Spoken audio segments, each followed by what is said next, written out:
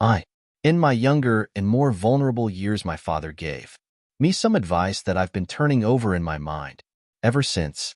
Whenever you feel like criticizing anyone, he told me, just remember that all the people in this world haven't had the advantages that you've had. He didn't say any more, but we've always been unusually communicative in a reserved way, and I understood that he meant a great deal more than that. In consequence, I'm inclined to reserve all judgments, a habit that has opened up many curious natures to me and also made me the victim of not a few veteran bores. The abnormal mind is quick to detect and attach itself to this quality when it appears in a normal person, and so it came about that in college I was unjustly accused of being a politician because I was privy to the secret griefs of wild, unknown men. Most of the confidences were unsought. Frequently I have feigned sleep, preoccupation, or a hostile levity when I realized by some unmistakable sign that an intimate revelation was quivering on the horizon. For the intimate revelations of young men, or at least the terms in which they express them, are usually plagiaristic and marred by obvious suppressions. Reserving judgments is a matter of infinite hope. I am still a little afraid of missing something if I forget that, as my F.A. there snobbishly suggested, and I snobbishly repeat, a sense of the fundamental decencies is parceled out unequally at birth. And, after boasting this way of my tolerance, I come to the admission that it has a limit. Conduct may be founded on the hard rock or the wet marshes, but after a certain point, I don't care what it's founded on. When I came back from the East last autumn, I felt that I wanted the world to be in uniform and at a sort of moral attention forever. I wanted no more riotous excursions with privileged glimpses into the human heart. Only Gatsby, the man who gives his name to this book, was exempt from my reaction. Gatsby, who represented everything for which I have an unaffected scorn. If personality is an unbroken series of successful gestures, then there was something gorgeous about him, some heightened sensitivity to the promises of life, as if he were related to one of those intricate machines that register earthquakes 10,000 miles away. This responsiveness had nothing to do with that flabby impressionability which is dignified under the name of the creative temperament. It was an extraordinary gift for hope, a romantic readiness, such as I have never found in any other person and which it is not likely I shall ever find again. No, Gatsby turned out all right at the end. It is what preyed on Gatsby, what foul dust floated in the wake of his dreams that temporarily closed out my interest in the abortive sorrows and short-winded elations of men. My family have been prominent, well-to-do people in this Middle Western city for 3 generations. The Rawways are something of a clan, and we have a tradition that we're descended from the Dukes of Buccleuch, but the actual founder of my line was my grandfather's brother who came here in '51, sent a substitute to the Civil War, and started the wholesale hardware business that my father carries on today. I never saw this great uncle, but I'm supposed to look like him, with special reference to the rather hard-boiled painting that hangs in father's office. I graduated from New Haven in 1915, just a quarter of a century after my father, and a little later I participated in that delayed Teutonic migration known as the Great War. I enjoyed the counter-raid so thoroughly that I came back restless. Instead of being the warm center of the world, the Middle West now seemed like the ragged edge of the universe. So I decided to go east and learn the bond business. Everybody I knew was in the bond business, so I supposed it could support one more single man. All my aunts and uncles talked it over as if they were choosing a prep school for me, and finally said, "Why?" Ease with very grave, hesitant faces. Father agreed to finance me for a year, and after various delays I came east permanently, I thought, in the spring of '22. The practical thing was to find rooms in the city, but it was a warm season and I had just left a country of wide lawns and friendly trees. So when a young man at the office suggested that we take a house together in a commuting town, it sounded like a great idea. He found the house, a weather-beaten cardboard bungalow at $80 a month, but at the Last minute, the firm ordered him to Washington and I went out to the country alone. I had a dog, at least I had him for a few days until he ran away, and an old Dodge and a Finnish woman who made my bed and cooked breakfast and muttered Finnish wisdom to herself over the electric stove. It was lonely for a day or so until one morning some man, more recently arrived than I, stopped me on the road. "How do you get to West Egg Village?" he asked helplessly. I told him, and as I walked on I was lonely no longer. I was a guide, a pathfinder, an original settler. He had casually conferred on me the freedom of the neighborhood. And so with the sunshine and the great bursts of leaves growing on the trees, just as things grow in fast movies, I had that familiar conviction that life was beginning over again with the summer. There was so much to read for one thing and so much fine health to be pulled down out of the young breath-giving air. I bought a dozen volumes on banking and credit and investment securities, and they stood on my shelf in red and gold like new money from the mint, promising to unfold the shining secrets that only Midas and Morgan and Maecenas knew. And I had the high intention of reading many other books besides. I was rather literary in college. One year I wrote a series of very solemn and obvious editorials for the Yale News, and now I was going to bring back all such things into my life and become again that most limited of all specialists, the well-rounded man. This isn't just an epigram. Life is much more successfully looked at from a single window. After all, it was a matter of chance that I should have rented a house in one of the strangest communities in North America. It was on that slender, riotous island which extends itself due east of New York, and where there are, among other natural curiosities, two unusual formations of land.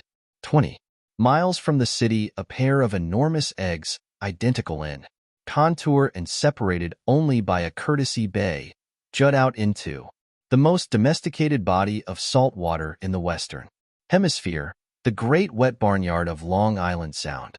They are not perfect ovals, like the egg in the Columbus story. They are both crushed flat at the contact end, but their physical resemblance must be a source of perpetual confusion to the gulls that fly overhead. To the wingless, a more arresting phenomenon is their dissimilarity in every particular except shape and size. I lived at West Egg, the less fashionable of the two, though this is a most superficial tag to express the bizarre and not a little sinister contrast between them. My house was at the very tip of the egg, only 50 yards from the Sound, and squeezed between two huge places that rented for 12 or 15,000 a season. The one on my right was a colossal affair by any standard. It was a factual imitation of some Hotel de Ville in Normandy, with a tower on one side, spanking new under a thin beard of raw ivy, and a marble swimming pool, and more than 40 acres of lawn and garden. It was Gatsby's mansion, or rather, as I didn't know Mr. Gatsby, it was a mansion inhabited by a gentleman of that name. My own house was an eyesore, but it was a small eyesore, and it had been overlooked, so I had a view of the water, a partial view of my neighbor's lawn, and the consoling proximity of millionaires, all for $80 a month. Across the courtesy bay, the white palaces of fashionable East Egg glittered along the water, and the history of the summer really begins on the evening I drove over there to have dinner with the Tom Buchanans. Daisy was my second cousin, once removed, and I'd known Tom in college, and just after the war I spent 2 days with them in Chicago. Her husband, among various physical accomplishments, had been one of the most powerful ends that ever played football at New Haven, a national figure in a way, one of those men who reach such an acute limited excellence at 21 that everything afterward savors of anticlimax. His family were enormously wealthy, even in college. His freedom with money was a matter for reproach, but now he'd left Chicago and come east in a fashion that rather took your breath away. For instance, he'd brought down a string of polo ponies from Lake Forest. It was hard to realize that a man in my own generation was wealthy enough to do that. Why they came east, I don't know. They had spent a year in France for no particular reason, and then drifted here. and there unrestfully wherever people played polo and were rich together. This was a permanent move, said Daisy over the telephone, but I didn't believe it. I had no sight into Daisy's heart, but I felt that Tom would drift on forever, seeking a little wistfully for the dramatic turbulence of some irrecoverable football game. And so it happened that on a warm, windy evening I drove over to East Egg to see two old friends whom I scarcely knew at all. Their house was even more elaborate than I expected, a cheerful red and white Georgian colonial mansion overlooking the bay. The lawn started at the beach and ran toward the front door for a quarter of a mile, jumping over sundials and brick walks and burning gardens. Finally, when it reached the house, drifting up the side in bright vines as though from the momentum of its run, the front was broken by a line of French windows, glowing now with reflected gold, and wide open to the warm, windy afternoon. And Tom Buchanan in riding clothes was standing with his legs apart on the front porch. He had changed since his New Haven years. Now he was a sturdy, straw-haired man of 30 with a rather hard mouth and a supercilious manner. Two shining, arrogant eyes had established dominance over his face and gave him the appearance of always leaning aggressively forward. Not even the effeminate swank of his riding clothes could hide the enormous power of that body. He seemed to fill those glistening boots until he strained the top lacing, and you could see a great pack of muscle shifting when his shoulder moved under his thin coat. It was a body capable of enormous leverage, a cruel body. His speaking voice, a gruff husky tenor, added to the impression of fractiousness he conveyed. There was a touch of paternal contempt in it, even toward people he liked, and there were men at New Haven who had hated his guts. Now, don't think my opinion on these matters is final. He seemed to say, just because I'm stronger and more of a man than you are. We were in the same senior society, and while we were never intimate, I always had the impression that he approved of me and wanted me to like him with some harsh, defiant wistfulness of his own. We talked for a few minutes on the sunny porch. I've got a nice place here, he said, his eyes flashing about restlessly. Turning me around by one arm, he moved a broad flat hand along the front vista, including in its sweep a sunken Italian garden, a half-acre of deep pungent roses, and a snub-nosed motorboat that bumped the tide offshore. It belonged to Domain the oil man. He turned me around again, politely and abruptly. We'll go inside. We walked through a high hallway into a bright rosy-colored space, fragilely bound into the house by French windows at either end. The windows were ajar and gleaming, white against the fresh grass outside that seemed to grow a little way into the house. A breeze blew through the room, blew curtains in at one end and out the other like pale flags, twisting them up toward the frosted wedding cake of the ceiling, and then rippled over the wine-colored rug, making a shadow on it as wind does on the sea. The only completely stationary object in the room was an enormous couch on which two young women were buoyed up as though upon an anchored balloon. They were both in white, and their dresses were rippling and fluttering as if they had just been blown back in after a short flight around the house. I must have stood for a few moments listening to the whip and snap of the curtains and the groan of a picture on the wall. Then there was a boom as Tom Buchanan shut the rear windows and the caught wind died out about the room, and the curtains and the rugs and the two young women ballooned slowly to the floor. The younger of the two was a stranger to me. She was extended full length at her end of the divan, completely motionless and with her chin raised a little as if she were balancing something on it which was quite likely to fall. If she saw me out of the corner of her eyes, she gave no hint of it.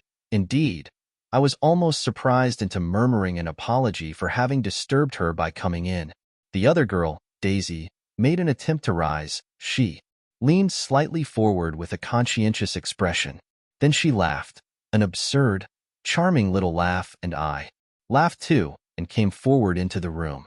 I'm paralyzed with happiness. She laughed again, as if she said something very witty, and held my hand for a moment, looking up into my face. promising that there was no one in the world she so much wanted to see. That was a way she had. She hinted in a murmur that the surname of the balancing girl was Baker.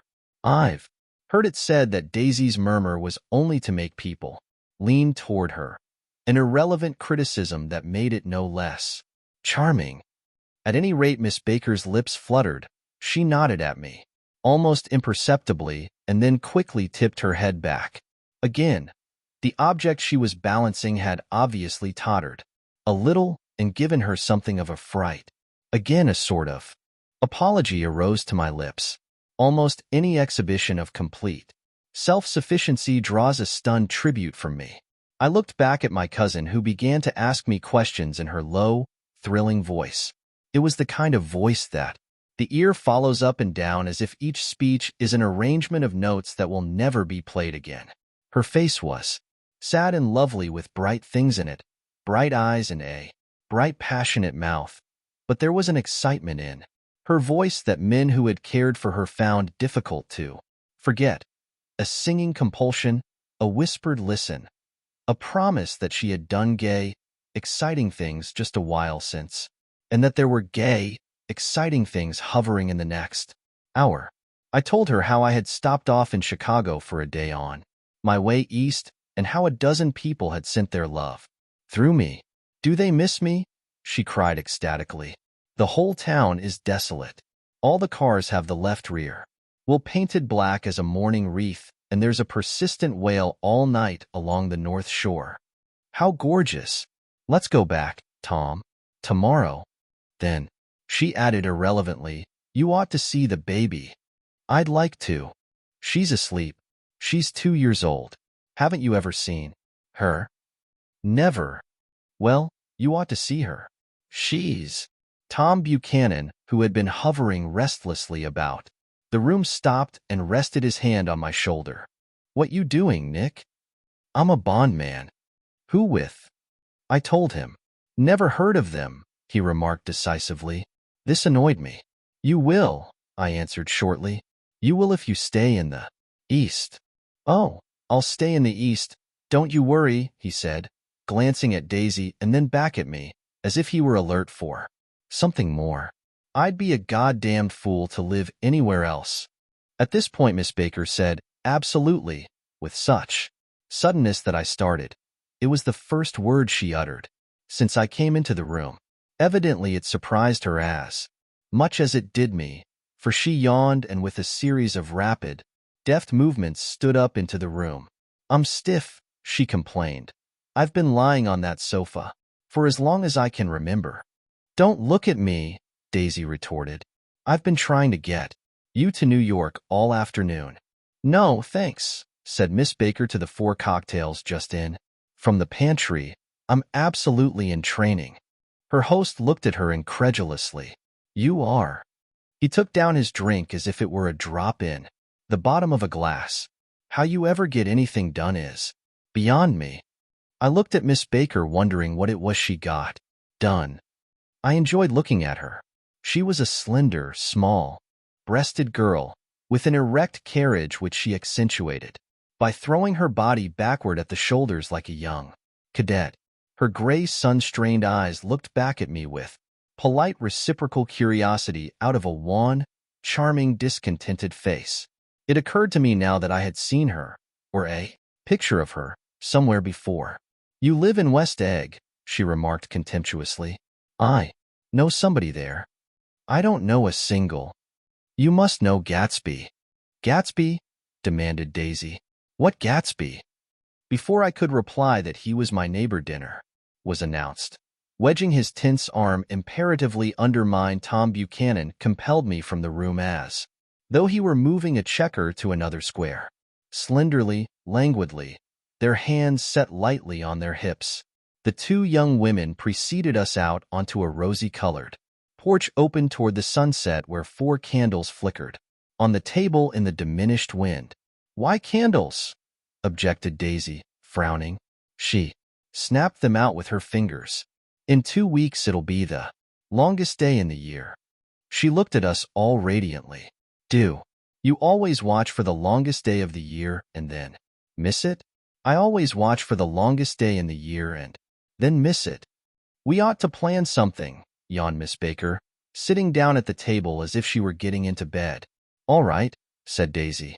What'll we plan? She turned to me helplessly.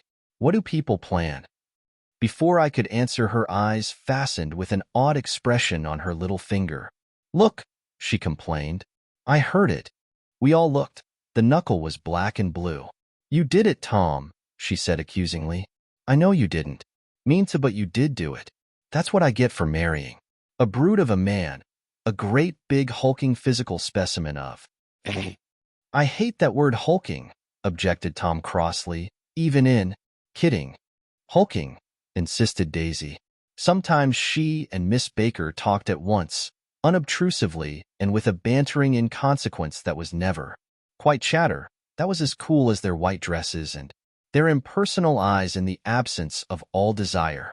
They were here, and they accepted Tom and me, making only a polite, pleasant effort to entertain or to be entertained.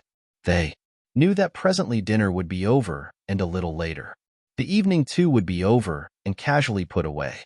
It was sharply different from the West, where an evening was hurried from phase to phase toward its close in a continually disappointed anticipation, or else in sheer nervous dread of the moment itself.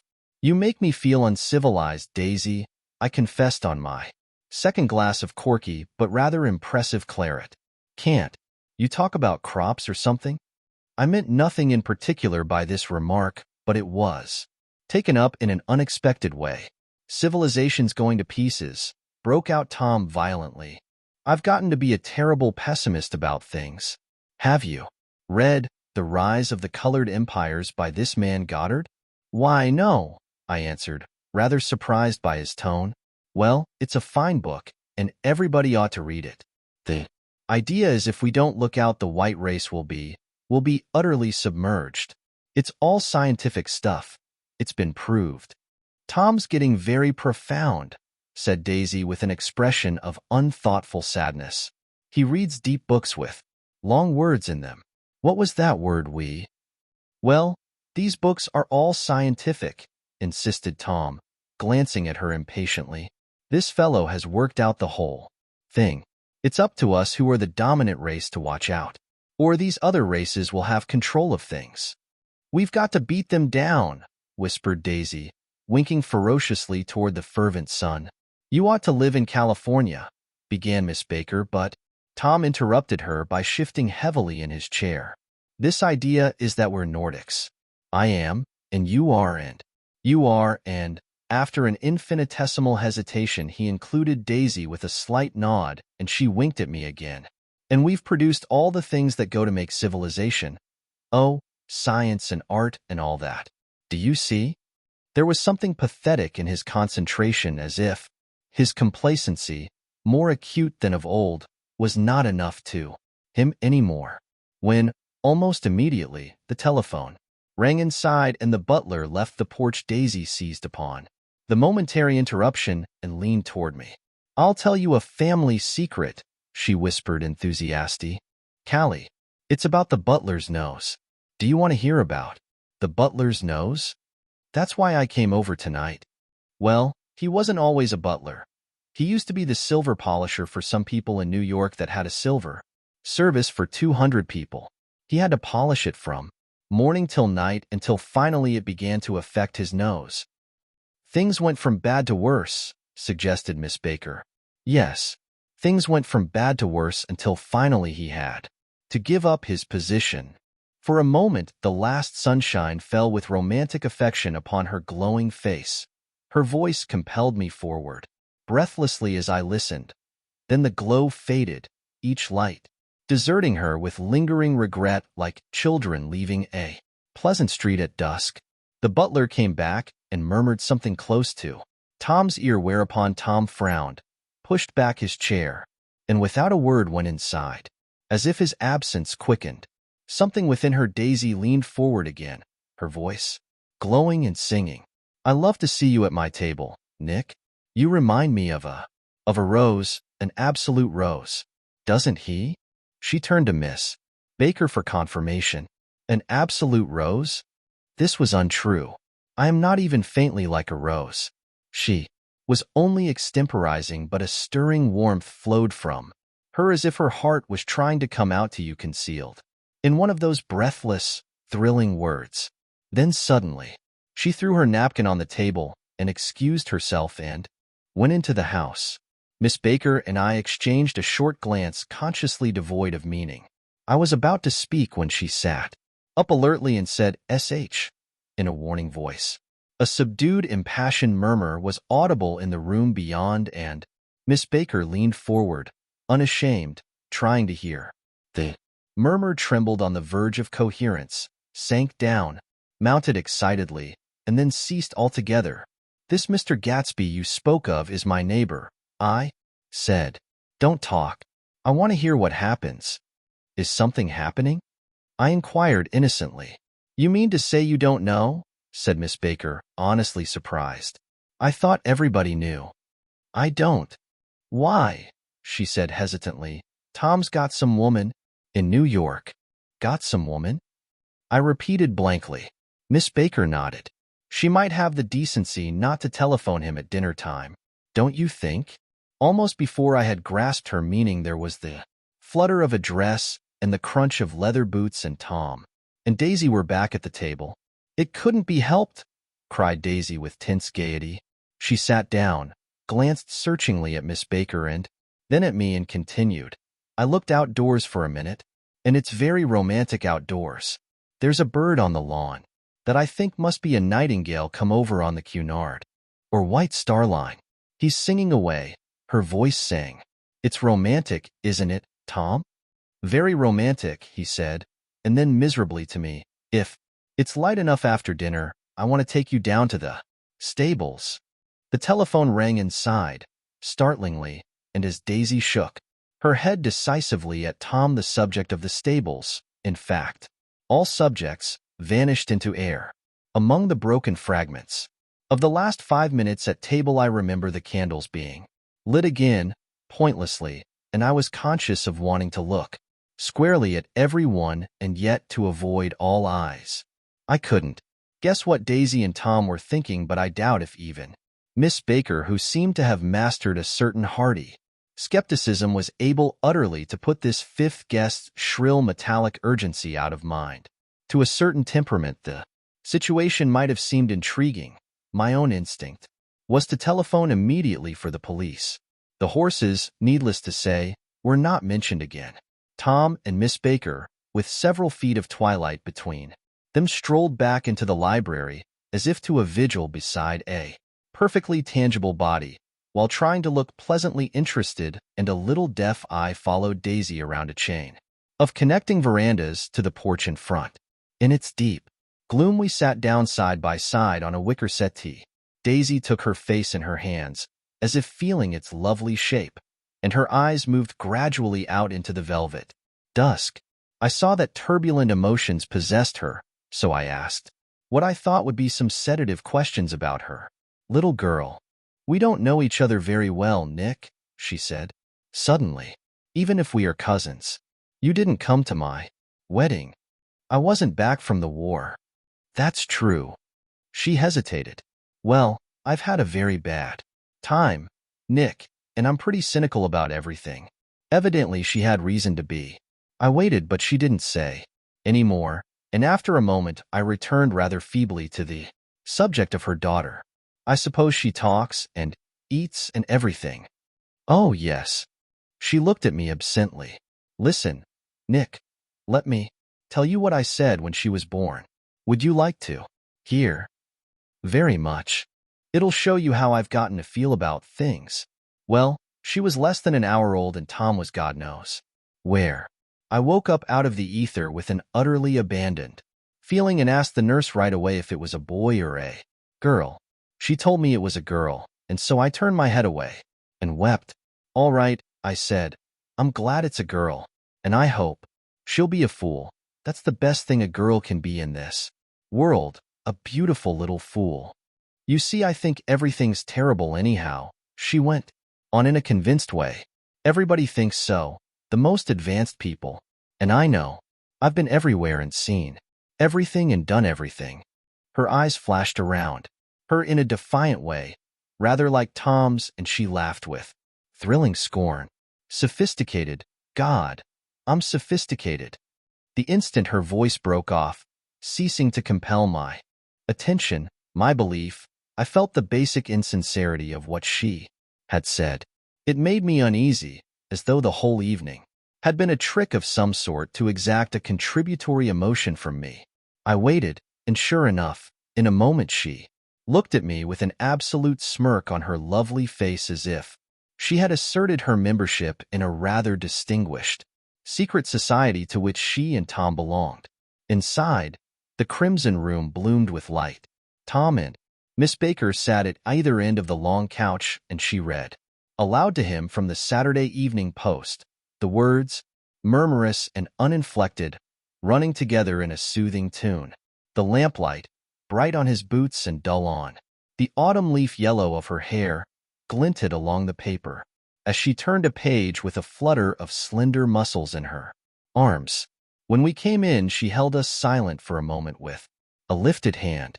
To be continued, she said, tossing the magazine on the table, in our very next issue. Her body asserted itself with a restless movement of her knee, and she stood up. 10 o'clock, she remarked, apparently finding the time on the ceiling. Time for this good girl to go to bed. Jordan's going to play in the tournament tomorrow, explained Daisy, over at Westchester. Oh, you're Jordan Baker. I knew now why her face was familiar. Its pleasing, contemptuous expression had looked out at me from many rotogravure pictures of the sporting life at Asheville and Hot Springs and Palm Beach. I had heard some story of her, too, a critical, unpleasant story, but what it was I had forgotten long ago. Good night, she said softly. Wake me at 8, won't you? If you'll get up. I will. Good night, Mr. Carraway. See you anon. Of course you will, confirmed Daisy. In fact, I think I'll arrange a marriage. Come over often, Nick, and I'll sort of, fling you together. You know, lock you up accidentally in linen closets and push you out to sea in a boat, and all that sort of thing. Good night, called Miss Baker from the stairs. I haven't heard a word. She's a nice girl, said Tom after a moment. They oughtn't to let her run around the country this way. Who oughtn't to? Inquired Daisy coldly. Her family. Her family is one aunt about 1,000 years old. Besides, Nick's going to look after her, aren't you? Nick? She's going to spend lots of weekends out here this summer. I think the home influence will be very good for her. Daisy and Tom looked at each other for a moment in silence. Is she from New York? I asked quickly. From Louisville. Our white girlhood was passed together there. Our beautiful white. Did you give Nick a little heart-to-heart talk on the veranda? Demanded Tom suddenly. Did I? She looked at me.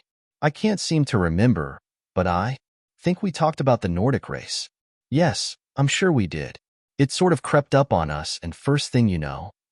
Don't believe everything you hear, Nick, he advised me. I said lightly that I had heard nothing at all, and a few minutes later I got up to go home. They came to the door with me and stood side by side in a cheerful square of light. As I started my motor, Daisy peremptorily called, Wait, I forgot to ask you something, and it's important. We heard you were engaged to a girl out west. That's right, corroborated Tom kindly. We heard that. You were engaged. It's libel. I'm too poor. But we heard it, insisted Daisy, surprising me by opening up again in a flower-like way. We heard it from 3 people, so it must be true. Of course I knew what they were referring to, but I wasn't even vaguely engaged. The fact that gossip had published the banns was one of the reasons I had come east. You can't stop going with an old friend on account of rumors, and on the other hand, I had no intention of being rumored into marriage. Their interest rather touched me and made them less remotely rich. Nevertheless, I was confused and a little disgusted as I drove away. It seemed to me that the thing for Daisy to do was to rush out of the house, child in arms, but apparently there were no such intentions in her head. As for Tom, The fact that he had some woman in New York was really less surprising than that he had been depressed by a book. Something was making him nibble at the edge of stale ideas, as if his sturdy physical egotism no longer nourished his peremptory heart. Already it was deep summer on roadhouse roofs and in front of wayside garages where new red gas pumps sat out in pools of light, and when I reached my estate at West Egg, I ran the car under its shed and sat for a while on an abandoned grass roller in the yard. The wind had blown off, leaving a loud, bright night with wings beating in the trees, and a persistent organ sound as the full bellows of the earth blew the frogs full of life. The silhouette of a moving cat wavered across the moonlight, and turning my head to watch it, I saw that I was not alone. 50 feet away, a figure had emerged from the shadow of my neighbor's mansion and was standing with his hands in his pockets regarding the silver pepper of the stars. Something in his leisurely movements and the secure position of his feet upon the lawn suggested that it was Mr. Gatsby himself, come out to determine what share was his of our local heavens. I decided to call to him. Miss Baker had mentioned him at dinner, and that would do for an introduction. But I didn't call to him, for he gave a sudden intimation that he was content to be alone. He stretched out his arms toward the dark water in a curious way, and far as I was from him, I could have sworn he was trembling. Involuntarily I glanced seaward and distinguished nothing except a single green light, minute and far away, that might have been the end of a dock. When I looked once more for Gatsby, he had vanished, and I was alone again in the unquiet darkness.